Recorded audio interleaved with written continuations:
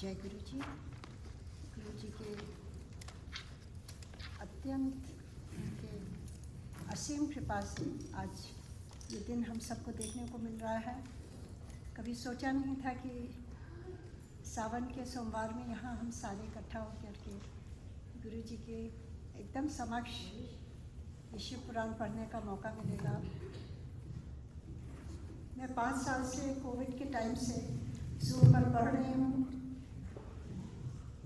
गुरु जी ने बात सुनाई करके गुरु जी के सामने, और आज ये गुरु जी ने इतना सवाल करके दिया है कि सारी सियासत संगत के साथ बैठ करके ये पढ़ती हूँ। वैसे तो एवरी मंडे ट्यूसडे को मैं पूरे ऑल ओवर द वर्ल्ड वाले ज़ूम का प्लेटफॉर्म है जो जगह जगह से लोग जुड़ते हैं और वो 5-6 साल से सुन रहे हैं। और मैं बहुत ही गुरु जी की कृपा है कि सियासी संगत में भी हमारी एटलीस्ट 6 साल ऐसी संगत हैं जो शुरू से ही जुड़ी हुई हैं।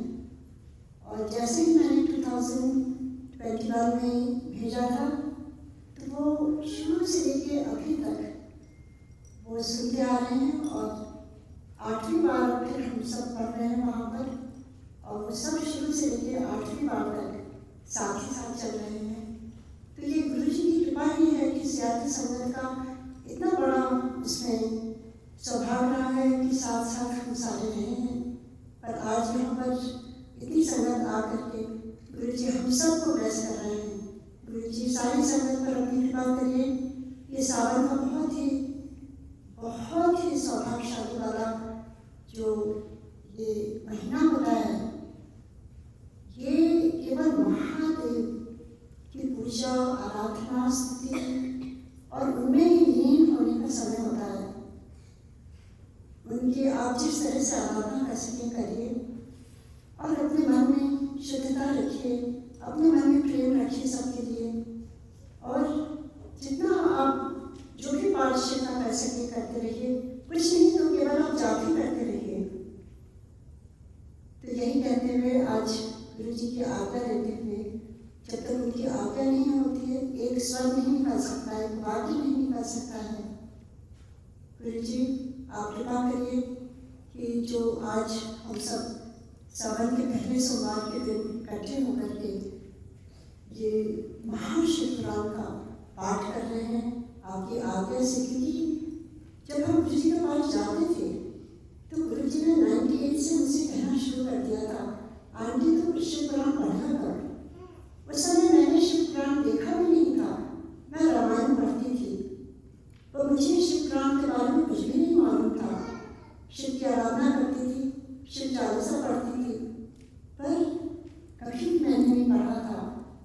और मैं लेकर के तो आई शिव पुराण, और अपने बड़े सितार में गुरु जी के दरबार में ले जाती थी और लोगों को देखती थी। गुरु जी उसमें साइन करते थे और ब्लेस करते थे, पर मैं तो केवल गुरु जी को ही देखती रहती थी और मैं सब कुछ भूल जाती थी। और ये वही शिव पुराण है जो गुरु जी के दरबार में पता नहीं हजारों बार गई होगी, और हजारों बार मैं भूल जाती थी, गुरु जी को निहारते रहती थी। क्योंकि जब आप अपने प्रभु अपनी आवाज़ के पास जाते हैं, आपको आपकी आत्मा से परमात्मा की मिलन होता है, आप ये सारे दुनियादारी भूल जाते हैं। ऐसे ही मेरा हाल हो रहा था। पर वो गुरु जी के दरबार में इतनी बात है कि लिखने की कोई ज़रूरत नहीं है। ये तो गुरु जी की उनके और से उनके सानिध्य में ही जाकर के ये शिव पुराण ब्लेस हो गई है। और मैंने सही बताऊँ तो पढ़ा नहीं था, लिख रख किया था। और एक दिन जब मैं बड़े मंदिर गई तो मेरे कानों में गुरु जी की आवाज़ आई कि शिव पुराण पढ़ना। मैं बहुत ही शर्मिंदा हुई कि एक जो गुरु जी का हुक्म जो मैंने माना नहीं था, वैसे हर चीज़ मानती थी। तो मुझे बहुत ही इस दिन ग्लानि हुई और मैं बस ले करके मैं घर में पढ़ने लगी। और उसी समय कोविड आया और मुझे कॉल आया, आंटी आप शिव पुराण पढ़िए ना हिंदी में। तो ये कौन कर सकता है? मैं किसी को भी नहीं जानती थी, ना कभी किसी से मिली थी। अचानक जब अकस्मात चीज़ें होती हैं वो गुरु जी भी कराते हैं, और वो आपको हम सब के भाग्य अपने आप संवारने के लिए वो में कि हम किसी पर कुछ भी ऐसा नहीं कर रहे हैं। ये पढ़ करके हम अपनी मन को शांत और पवित्र करते जा रहे हैं। और जितने भी हमारे बुरे कर्म हैं, कहते हैं केवल सुनने मात्र से ही शिव पुराण के आपके भस्म होने लगते हैं और आपको उनकी संहिता पर एकदम लगने लगती है। महादेव, जैसे शिव पुराण में लिखा हुआ है कि महादेव गुरु के रूप में आते हैं और हमारा कल्याण करते हैं। तो हमारे गुरु जी साक्षात महादेव, पंजाबी सिख राज्य में उन्होंने जन्म लिया, पर उन्होंने शिव मंदिर बनाया और ऊपर हर जगह ओम नमः शिवाय, शिव जी सदा सहाय।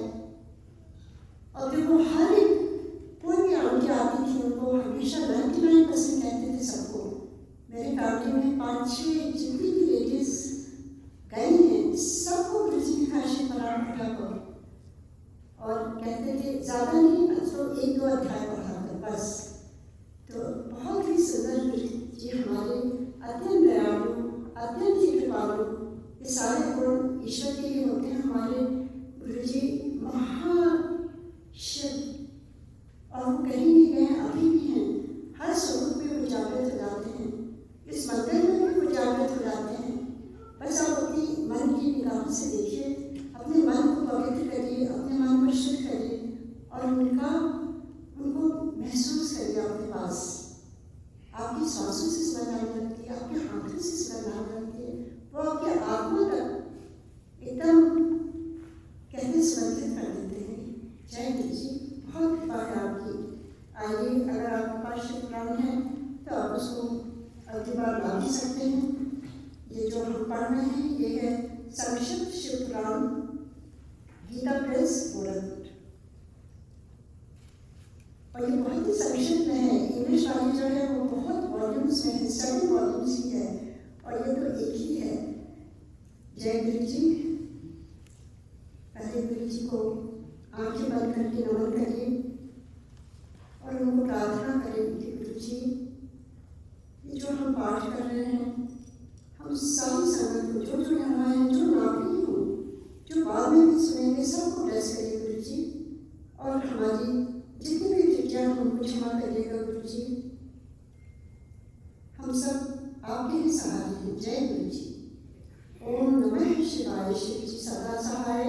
ओम नमः शिवाय, गुरु जी सदा सहाय। जय गणेशाय नमः।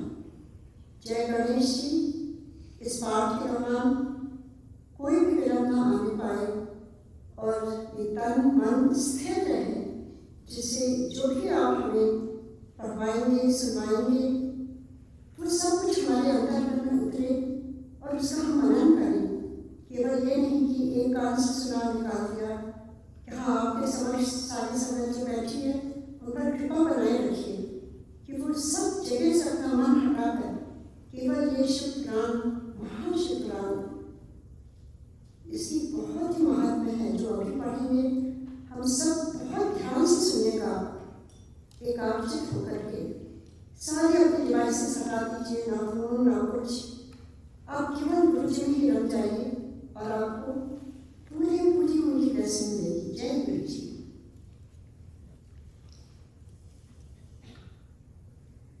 श्री गणेशाय नमः। श्री शिव पुराण महात्म्य। भव आविध्यमगरं दीनं आसमुद्र भवार्तां कर्मग्राहभूतां दासोऽहं तं शंकरं शंकरं शंकरं। इसका शीर्षक है, जो ये पाठ अध्याय पहला जो पढ़ रही हूँ, इसका शीर्षक है शौनक जी के साधन विषय प्रश्न करने पर सूर्य जी का उन्हें शिव पुराण की उत्कृष्ट महिमा सुनाना। आप सबने सुना होगा कि बचपन से शौनक जी बहुत बड़े ऋषि थे और सूर्य जी का भी बहुत बार आता है किसी भी धार्मिक पुस्तक जो भी आप पढ़ते हो, तो वो शिव पुराण की महिमा अब सुना रहे हैं। तो आइए हम भी उनके द्वारा सुनते हैं और समझते हैं। श्री शौनक जी ने पूछा, अब शौनक जी पूछ रहे हैं सूर्य जी से, क्योंकि सूर्य जी बहुत ही महाज्ञानी हैं।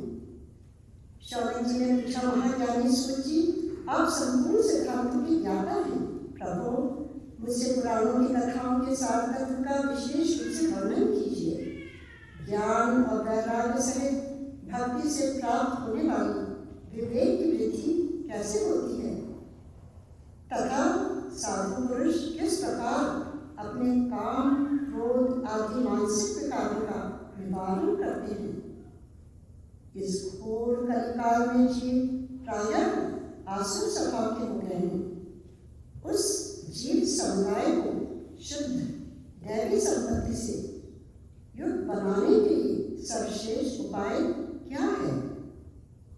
आप इस समय मुझे ऐसा कोई शाश्वत साधन बताइए जो कल्याणकारी वस्तुओं में भी सबसे उत्कृष्ट एवं परम मंगलकारी हो तथा पवित्र करने वाले उपायों में भी सर्वोत्तम पवित्र कारक उपाय हो।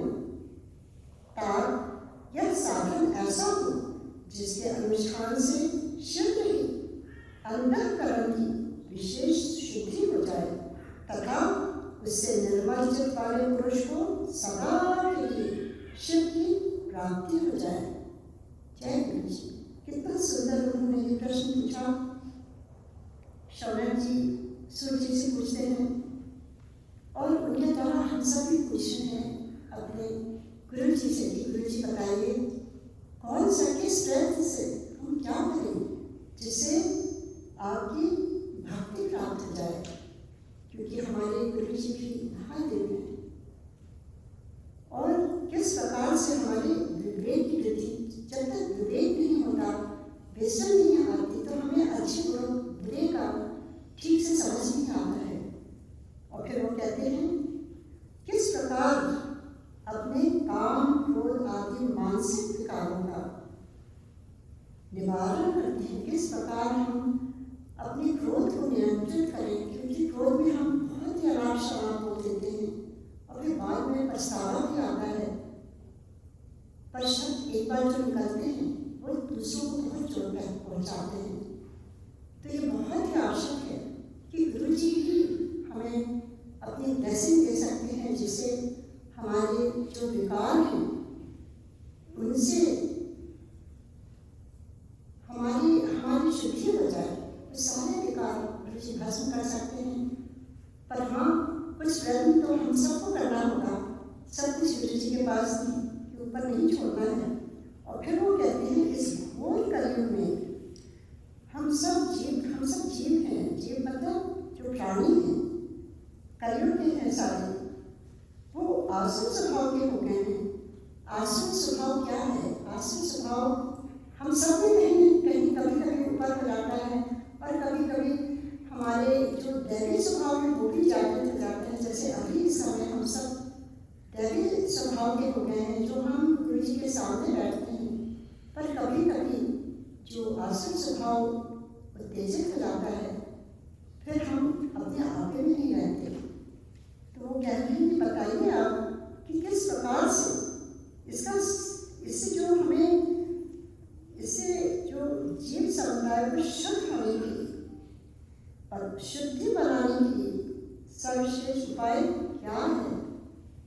और कहते हैं आप सबसे जो मंगलकारी है उन उपायों में आप बताइए क्या है। तो आप देखिए सूची उसका उपाय क्या बताते हैं और क्या उत्तर देते हैं, ध्यान से सुनिएगा। हम सब भी इसको अपना सकते हैं। कोई ऐसा कुछ नहीं बताते कि जंगल में जाकर रात ये करिए या 4 बजे 3 बजे आप उठ के स्नान करिए, कुछ भी नहीं। वो बहुत आसान तरीके से समझाते हैं और हम घर बैठे ही कर सकते हैं।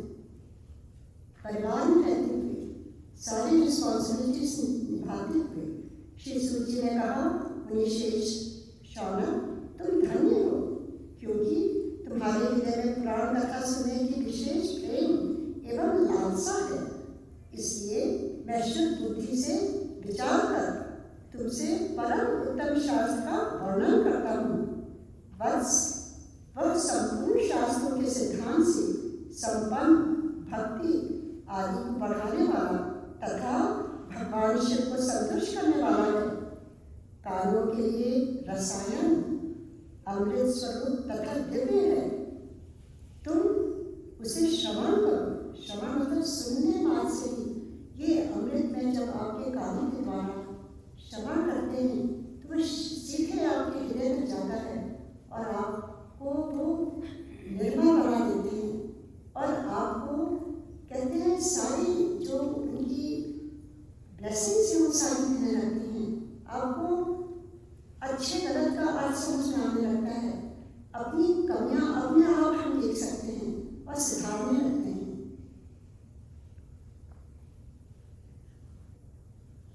मुने यह परम उत्तम शास्त्र है शिव पुराण, जिसका पूर्व काल में भगवान शिव ने ही प्रवचन किया था। मतलब ये शिव पुराण ये महादेव ने ही इसका प्रवचन किया है। तो देखिए, ना मैं कुछ पढ़ रही हूँ ना कुछ, ये सब महादेव ही का ही उनका ही प्रवचन है जो यहाँ पर सूची बता रहे हैं हम सबको। कहते हैं यह काल रूपी सर्व से प्राप्त होने वाले महान त्रास का विनाश करने वाला उत्तम साधन है।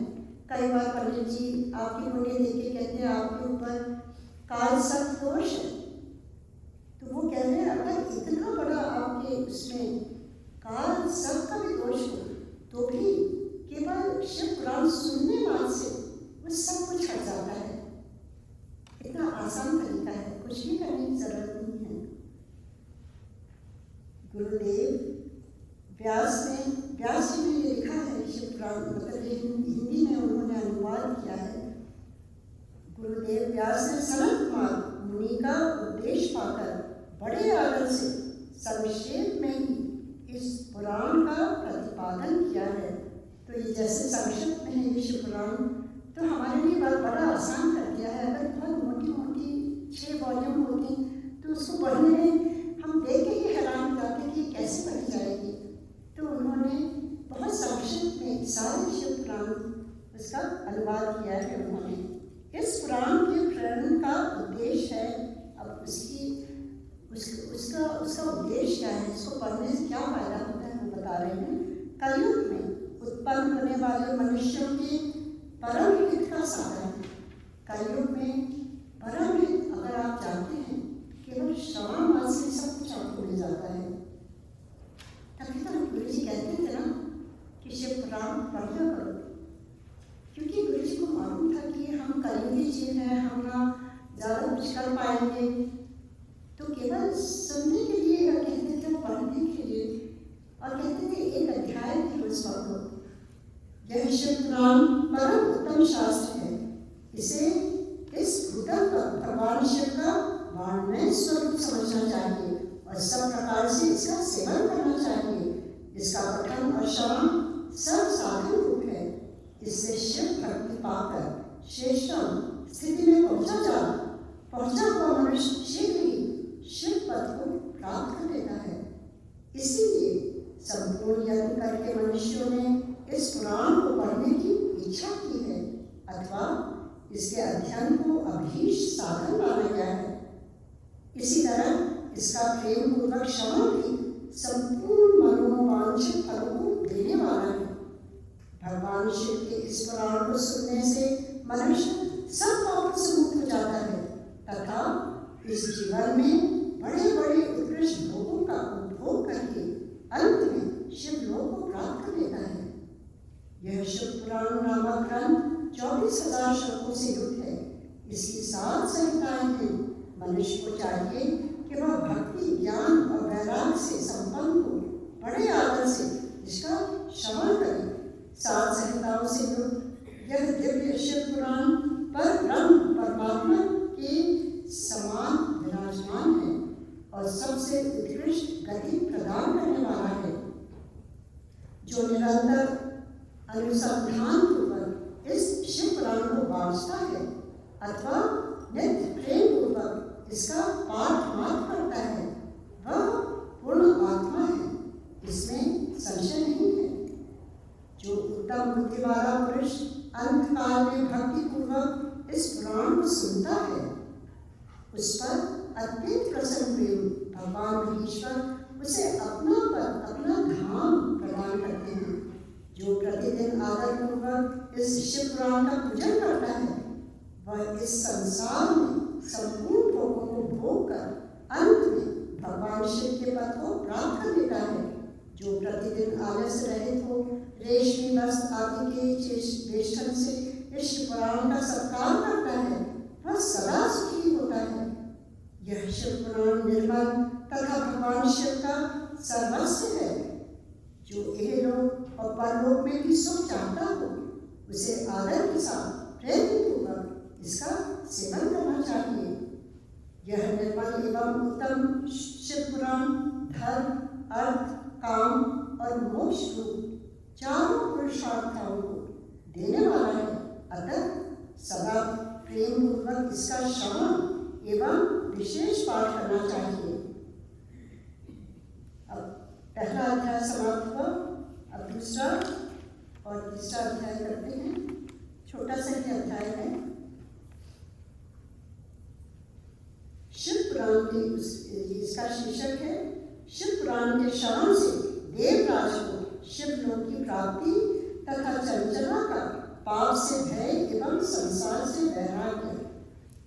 इसका मतलब है कि जो शिव पुराण इसके श्रवण से कितने लोगों को क्या क्या उपलब्धि हुई है और कैसे उनका जीवन संभला है, अब वो सब बताते हैं। यहाँ पर ध्यान से सुनिएगा। श्री सौरशानक जी ने कहा, महाभाग सूची आप धन्य हैं, परमार्थ तत्व के ज्ञाता हैं। आपने कृपा करके हम लोगों को यह बड़ी अद्भुत एवं दिव्य कथा सुनाई है। भूतल पर इस कथा के समान कल्याण का सर्वश्रेष्ठ साधन दूसरा कोई नहीं है। यह बात हमने आज आपकी कृपा से निश्चय पूर्वक समझ ली। सूर्य जी, कलयुग में इस कथा के द्वारा कौन कौन से पापी शुद्ध होते हैं, उन्हें कृपा पूर्वक बताइए और इस जगत को कृतार्थ कीजिए। सूर्य जी बोले, मुने, जो मनुष्य पापी, दुराचारी, खल तथा काम, क्रोध आदि में निरंतर डूबे रहते हैं, वे भी इस पुराण के श्रवण पठन से अवश्य शुद्ध हो जाते हैं। इसी विषय में जानकर मुनि इस प्राचीन इतिहास का उदाहरण दिया करते हैं, जिसके श्रवण मात्र से पापों का पूर्णतया नाश हो जाता है। पहले की बात है, अब वो ये कहानी सुनाते हैं और इसके द्वारा हमें समझाते हैं। ध्यान से सुनिएगा। पहले की बात है, कहीं किरातों के नगर में एक ब्राह्मण रहता था, जो ज्ञान में अत्यंत दुर्बल, दरिद्र, रस बेचने वाला तथा वैदिक धर्म से विमुख था। वह स्नान, संध्या आदि कर्मों से भ्रष्ट हो गया था और वैश्यवृत्ति में तत्पर रहता था। उसका नाम था देवराज। वह अपने ऊपर विश्वास करने वाले लोगों को ठगा करता था। उसने ब्राह्मणों, क्षत्रियों, वैश्यों, शूद्रों तथा दूसरों को भी अनेक बहानों से मारकर उनका धन हड़प लिया था। परंतु उस पापी का थोड़ा सा भी धन कभी धर्म के काम में नहीं लगा था। ये बहुत ही आवश्यक सीख है। देखिए, हर अध्याय में कुछ न कुछ सीख ऐसी होती है जो आपके मन को छू जाएगी। तो यहाँ पर देखिए, वो कहते हैं, उस पापी का थोड़ा सा भी धन तो हो सकता हड़प किया उसने, पर अगर उसको किसी धर्म के काम में लगाया तो शायद उसको इतना दुख नहीं सहना होता, क्योंकि धन जब आता है तो आपको उसको सही दिशा में भी उपयोग करना चाहिए। तो कहते हैं, परंतु उस पापी का थोड़ा सा भी धन कभी धर्म के काम में नहीं लगा था। वह वैश्यागामी तथा सब प्रकार से आचार भ्रष्ट था। एक दिन घूमता घामता वह दैव योग से प्रतिष्ठान पर झूसी प्रयाग जहाँ मेरा जन्म स्थान है, आप सब जानते हैं, वहाँ पर जो गंगा, यमुना और सरस्वती है नीचे, और बीच में वहाँ पे संगम, और वहाँ पे तीर्थ स्थान है। वहाँ पर हर महीने माघ मेले होते हैं और 6 महीने में अर्धकुंभ होता है, और 6 सालों में और 12 सालों में महाकुंभ होता है, जो कि पिछले साल था। और वहाँ दुनिया भर के लोग आते हैं, वहाँ स्नान करते हैं, बहुत महात्म्य है उसका। तो ये प्रयाग में हो रहा है, वे वहाँ जा पहुँचे, वो वहाँ जा पहुँचा देवराज। वहाँ उसने एक शिवालय देखा जहाँ बहुत से साधु महात्मा एकत्र हुए थे। हो सकता है वो महाकुंभ ही समय चल रहा हो, देवराज उस शिवालय में ठहर गया, किंतु वहाँ उस ब्राह्मण को ज्वर आ गया, मतलब उसको फीवर हो गया, वो बीमार हो गया। उस ज्वर से उसको बड़ी पीड़ा होने लगी। वहाँ एक ब्राह्मण देवता शिव पुराण की कथा सुना रहे थे। ज्वर में पड़ा हुआ देवराज ब्राह्मण के मुख अरविंद से निकली हुई उस शिव कथा को निरंतर सुनता रहा। 1 मास के बाद वह ज्वर से अत्यंत पीड़ित होकर चल बसा। पर देखिए, वो शिवालय में गया और वो, जबकि वो डिजर्विंग नहीं था, पर वो शिवालय में गया, वहाँ पर शिव पुराण की कथा चल रही थी। तो कैसे ईश्वर आपको आपका जीवन संवारने के लिए ये सारी चीज़ें उपलब्ध कर देते हैं। तो वो वहाँ पर उसने सुनी और वहीं पर उसके प्राण चल बसा। यमराज के दूत आए और उसे पाशों से बांधकर बलपूर्वक यमपुरी में ले गए। इतने में ही शिवलोक से भगवान शिव के पार्षद गण आ गए। उनकी गौर अंग कर्पूर के समान उज्ज्वल थे, क्योंकि महादेव तो उज्ज्वल है। हमारे गुरु जी एकदम सफ़ेद, ऐसा लगता था कि उनको कोई छुए ना, नहीं तो कहीं कुछ उन पर असर ना हो, क्योंकि इतने सुंदर हमारे गुरु जी। तो महादेव की कर्पूर गौरम जो आरती है, कैसे हम लोग करते हैं, उनके गौर अंग कर्पूर के समान उज्ज्वल थे। हाथ त्रिशूल से सुशोभित हो रहे थे। उनके संपूर्ण अंग भस्म से उदासित थे और रुद्राक्ष की मालाएं उनके शरीर की शोभा बढ़ा रही थी। वे सब के सब पूर्वक यमपुरी में गए और यमराज के दूतों को मार पीट कर बार-बार धमका कर उन्होंने देवराज को उनके चंगुल से छुड़ा लिया और अत्यंत अद्भुत विमान पर बिठाकर जब वे शिव दूत कैलाश जाने को उद्युक्त हुए, उस समय यमपुरी में बड़ा भारी कोलाहल मच गया। उस कोलाहल को सुनकर धर्मराज अपने भवन से बाहर आए। साक्षात दूसरे दूतों के समान प्रतीत होने वाले उन चारों दूतों को देखकर धर्मराज ने उनका विधिपूर्वक पूजन किया और ज्ञान दृष्टि से देखकर सारा विधान जान लिया। उन्होंने भय के कारण भगवान शिव के उन महात्मा दूतों से कोई बात नहीं पूछी, उल्टे उन सब की पूजा एवं प्रार्थना की। तत्पश्चात वे शिव दूत कैलाश को चले गए और वहां पहुंचकर उन्होंने उस ब्राह्मण को दया सागर साम शिव के हाथों में दे दिया। देखिए, जरा सा वो, जबकि वो डिजर्विंग नहीं था, अगर हम अपनी दुनियावी आंखों से देखें, कितनी उसने गलतियां करी, कितना दुराचारी था, पर अंत में उसने शिवालय में जाके शिव पुराण का पाठ सुना, और वो भी अपने से नहीं, क्योंकि उसको फीवर हो गया था, उसे वहाँ लेटना ही था। तो देखिए कितने दयालु हैं हमारे महादेव, कि आप गलती से भी कोई अच्छी चीज़ करते हैं तो उसको वो आपको माफ कर देते हैं। तो देखिए, यमराज आए और शिव गण के दूत आए और उनमें युद्ध हुआ, और फिर वो उनके शिव गण उनको शिवपुरी ले गए और वहाँ जाकर उनको शिव के हाथों में दे दिया। कितना सुंदर है ये। स्वामी जी ने कहा, महाभाग सूची आप सर्वज्ञ हैं, महावते आपकी कृपा प्रसाद से मैं बार-बार कृतार्थ हुआ। इस इतिहास को सुनकर मेरा मन अत्यंत आनंद निमग्न हो रहा है। अतः अब भगवान शिव में प्रेम बढ़ाने वाली शिव संबंधी दूसरी कथा को भी कहिए। तो ये कथा हमने जानी और इससे हमें सीख मिल गई कि हम गलती से भी अगर अच्छे काम करते हैं तो उसका हमें जरूर फल मिलता है। पर इसका मतलब ये नहीं है कि हम गलती ही करते हैं और सोचें कि हमें फल मिलेगा। हमें पहले से ही अपने को संभालना होगा कि अब तो गुरु जी हमारे साथ हैं। श्री सूत जी बोले, शौनक सुनो, मैं तुम्हारे सामने गोपनीय कथा वस्तु का भी वर्णन करूंगा, क्योंकि तुम शिव भक्तों में अग्रणी हो तथा वेद वेदताओं में श्रेष्ठ हो।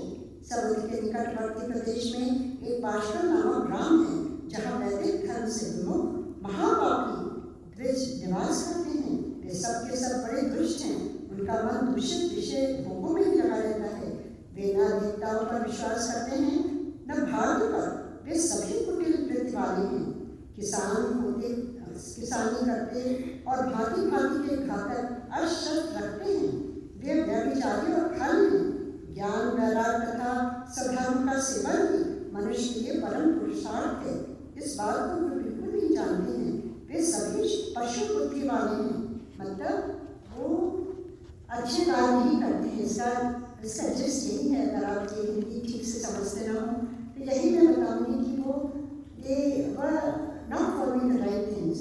जहाँ के कुछ ऐसे हों वहाँ के विषय में क्या कहा जाए, अन्य वर्णों के लोग भी उन्हीं की भांति उत्सुक विचार रखने वाले स्वधर्म लोग एवं खाली हैं। वे सदा कर्म में लगे रहते और नित्य विषय भोगों में ही डूबे रहते हैं। वहाँ की सब स्त्रियाँ भी कुटिल स्वभाव की, स्वेच्छाचारिणी और सब कुत्सित विचार वाली और व्यभिचारिणी हैं। वे सब व्यवहार तथा सदाचार से सर्वथा शून्य हैं। इस प्रकार वहाँ दुष्टों का ही निवास है, ऐसा समझ लीजिए। उस बाष्कल नामक ग्राम में किसी समय बिंदुक नामधारी ब्राह्मण रहता था। वह बड़ा अधम था, दुरात्मा और महापापी था। यद्यपि उसकी स्त्री बड़ी सुंदरी थी तो भी वह कुमारों पर चलता था। उसकी पत्नी का नाम चंचला था। वह सदा उत्तम धर्म के पालन में लगी रहती थी तो भी उसे छोड़कर वह दुष्ट ब्राह्मण वेश्यागामी हो गया था। इस तरह कुकर्म में लगे हुए उस बिंदु के बहुत वर्ष व्यतीत हो गए।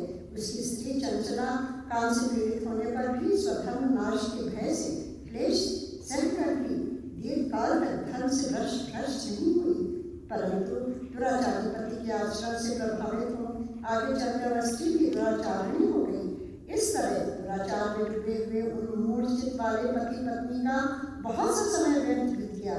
तदंतर शूद्र जाति वेश्या का पति बना हुआ वह दूषित बुद्धि वाला दुष्ट ब्राह्मण बिंदु समय अनुसार मृत्यु को प्राप्त नरक में जा पड़ा।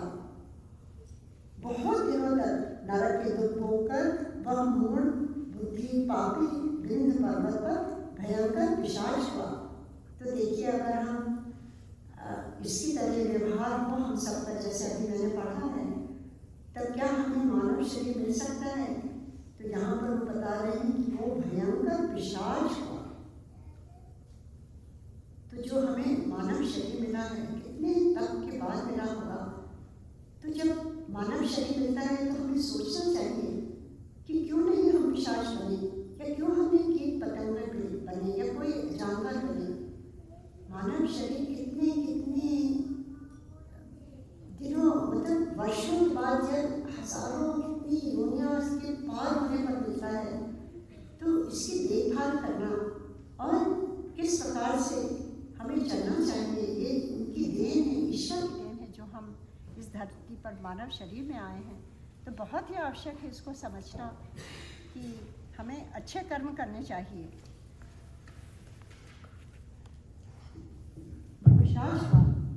इधर इस दुराचारी पति बिंदु के मर जाने पर वह मूढ़ विद्या चंचला बहुत समय तक पुत्रों के साथ अपने घर में रही। एक दिन देव से किसी पर्वत पुण्य पर्व के आने पर वह स्त्री भाई बंधुओं के साथ एक गोकर्ण क्षेत्र में गई। तीर्थ यात्रियों के संग से उसने भी उस समय जाकर किसी तीर्थ के जल में स्नान किया। फिर वह साधारणतया मेला देखने की दृष्टि से बंधुजनों के साथ यत्र तत्र घूमने लगी। घूमती किसी देव मंदिर में गई और वहाँ उसने ब्राह्मण के मुख से भगवान शिव की परम पवित्र एवं मंगलकारिणी उत्तम पौराणिक कथा सुनी। देखिए, वो भी बीमार हो गई और वो एक शिवालय में पहुंची और वहाँ पर कोई शिव पुराण की कथा सुना रहा था। तो वो वहाँ पर बैठकर सुन रही थी। देखिए, पवित्र एवं मंगलकारिणी कथा सुनी, तो कितनी मंगलकारिणी शिव पुराण की कथा है। कथावाचक ब्राह्मण कह रहे थे कि जो स्त्रियां परम पुरुषों के साथ व्यभिचार जाती हैं, तब यमराज के दूत उनकी योनि में दबे हुए लोहे का पारिक डालते हैं। पौराणिक ब्राह्मण के मुख से यह वैराग्य बढ़ाने वाली कथा सुनकर चंचला भय से व्याकुल हो वहाँ भागने लगी। जब कथा समाप्त हुई और सुनने वाले सब लोग वहाँ से बाहर चले गए, तब वह भयभीत नारी एकांत में शिव पुराण की कथा बांटने वाले उस ब्राह्मण देवता से बोली। चंचला ने कहा, ब्राह्मण, मैं अपने धर्म को नहीं जानती थी, इसलिए मेरे द्वारा बड़ा दुराचार हुआ है। स्वामी, मेरे ऊपर अनुपम कृपा कीजिए। आज आपने वैराग्य रस से ओत इस प्रवचन को सुनकर मुझे बड़ा भय लग रहा है। मैं कांप उठी हूँ और मुझे इस संसार से वैराग हो गया है। मुझ मूढ़ चित्त वाली पापनी को धिक्कार है। मैं सर्वथा निंदा की योग्य हूँ, उत्सित विषयों में फंसी हुई हूँ और अपने धर्म से विमुख हो गई हूँ। हाय, न जाने किस घोर कष्टदायक दुर्गति से मुझे पढ़ना पड़ेगा, और वहाँ कौन बुद्धिमान पुरुष कुमारक में मन लगाने वाली कुछ पापनी का साथ देगा। मृत्यु काल में उन भयंकर यमदूतों को मैं कैसे देखूंगी। जब वे बलपूर्वक मेरे गले में फंदे डालकर मुझे बांधेंगे, तब मैं कैसे धीरज धारण कर सकूंगी। नरक में जब मेरे शरीर के टुकड़े टुकड़े किए जाएंगे, उस समय विशेष दुख देने वाली उस महायातना को मैं वहाँ कैसे सहूंगी। हाय, मैं मारी गई, मैं जल गई, मेरा हृदय विदीर्ण हो गया और मैं सब प्रकार से नष्ट हो गई, क्योंकि मैं हर तरह से पाप में डूबी रही हूँ। ब्रह्मन, आप ही मेरे गुरु, आप ही मेरे माता और आप ही पिता हैं।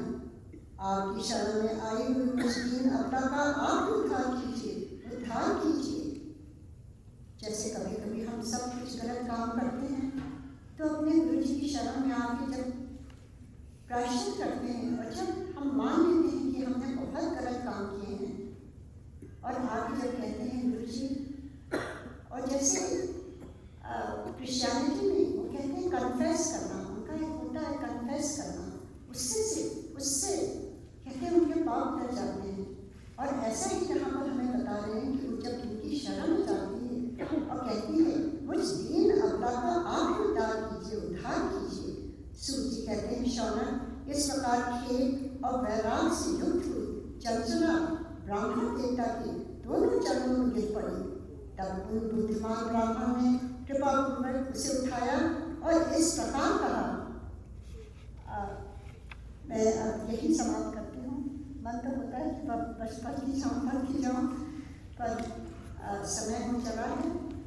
आज ये 2-3 अध्याय, तो 1-2-3 अध्याय आज पढ़े गए हैं और अगले मंडे हम सब इसको कंटिन्यू करेंगे।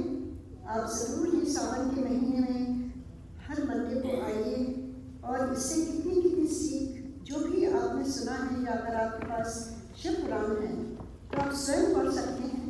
बहुत ही आसान है पढ़ना, ये कोई संस्कृत में नहीं है, हिंदी में ही है और हिंदी हमारी मातृभाषा है। मुझे भी नहीं आती थी, मैं भी कॉन्वेंट में पढ़ी हुई हूँ, पूरी इंग्लिश मीडियम, और मुझे समझ नहीं आता था मैं कैसे पढ़ूँगी। और इसमें संस्कृत के श्लोक भी काफ़ी हैं।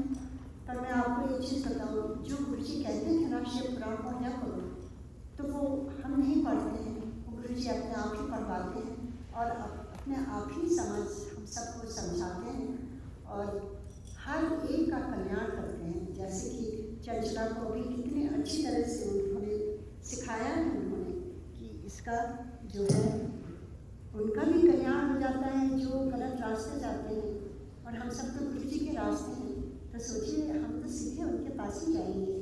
तो बिल्कुल भी कभी ना सोचें, बस अगर कभी हम सबसे गलतियाँ होती हैं, जब गलती हो तो केवल उनकी शरण में जाइए और मानिए कि आपकी गलती हुई। पश्चाताप प्रायश्चित उसी से हमारा कल्याण होता है। तो रात को सोने से पहले ऑलवेज सेल्फ चेक योरसेल्फ कि आज दिन में हमने क्या क्या गलत किया, क्या क्या असर किया है, किसको ठगा है, किसको निंदा की, क्या क्या किया है जो हम अक्सर करते हैं। तो ऐसा जब हम सेल्फ चेक करेंगे तो सब कुछ उनके चरणों में रख करके आराम से सो सकते हैं और वो हमें क्षमा करेंगे और हमें हमारी गलतियों को सुधारेंगे अपने आप। तो पहले तो हमें एक्सेप्ट करना है कि मैंने कुछ गलत किया है। That is the first step. जय गुरु जी। थैंक यू गुरु जी। ओम नमः शिवाय। शिव जी सदा सहाय। ओम नमः शिवाय। गुरु जी सदा सहाय। जय गुरु जी। ये पाठ के दौरान कुछ त्रुटियाँ जो हमेशा ही होती हैं उसके लिए क्षमा करिएगा, और संगत जी आप सब क्षमा करिएगा अगर मेरे बात से कुछ भी गलत निकला हो या किसी को किसी के हृदय को ठेस लगी हो या कुछ भी दुख हुआ हो, इसलिए मैं क्षमा मांगती हूँ। क्योंकि पाठ का मेन जो रीज़न होता है उसे केवल गुरु जी समझाते हैं और अपने कर्मों पर हमें नजर डालने के लिए बोलते हैं। जय गुरु जी। Thank you so much. अब हम सब मंत्र जाप करेंगे, फिर आरती करेंगे, और जिन्होंने जल भी चढ़ाया है। बाद में आरती के समय जब खत्म हो जाएगी तब आप जाकर के जल चढ़ा दीजिएगा और फिर प्रसाद कुछ है वो सबको प्रसाद मिलेगा, यहीं बैठे रहिएगा आप सब। जय गुरु जी।